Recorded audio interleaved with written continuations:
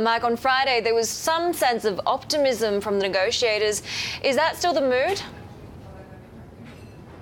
Well, Heidi, officials here say they think so, but they can't really be sure. After a week of what Canadian and Mexican officials describe as productive talks, it really comes down to what U.S. Trade Representative Robert Lighthizer thinks. Lighthizer flew in from Davos today, met with U.S. negotiators and a congressional delegation here in Montreal, and he did not talk. He was very grim-faced as he walked in and out of the hotel. But members of the congressional delegation seemed a little more upbeat.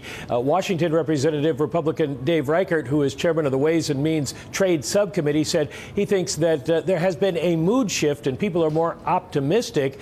And I asked Michigan Democrat Sander Levin what he thought of Ambassador Lighthizer's mood and the idea that they might pull out of the talks. There's been a lot of talk about the U.S., whether the U.S. would walk away from the talks, whether the president wants to stay in. Did you get any impression from the ambassador? No. I don't think you resolve problems at this point by walking away if it gets to a bad position. But I think there needs to be continued work on these. But you think that the U.S. will stay and work on it? I think that the U.S. will continue to work.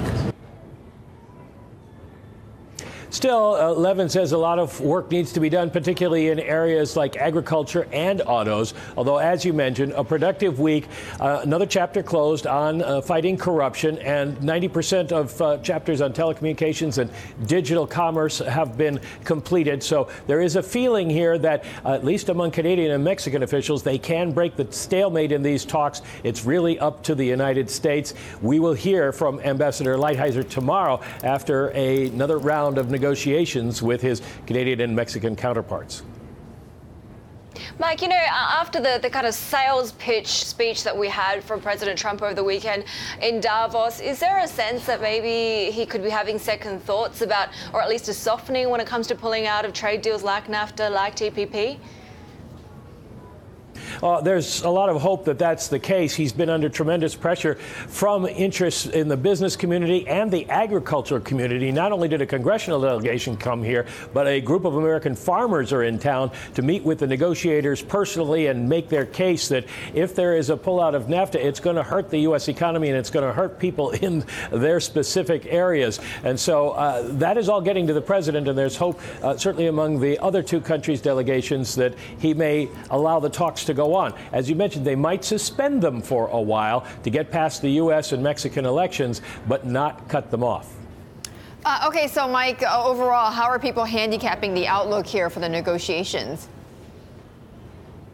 Well, in general, they think that if Ambassador Lighthizer is satisfied with the counter proposals Canada tabled when they all met in Davos, that they can keep making progress. They'll meet again in Mexico City next month, and there's another round tentatively scheduled for Washington in March. At that point, we'll know whether they want to suspend the talks and pick them up again after the U.S. midterms. But make no mistake about it, even if they are slightly optimistic, this is a 2,000-page treaty. A lot of work needs to be done. We're a long way from saying that this is going to happen.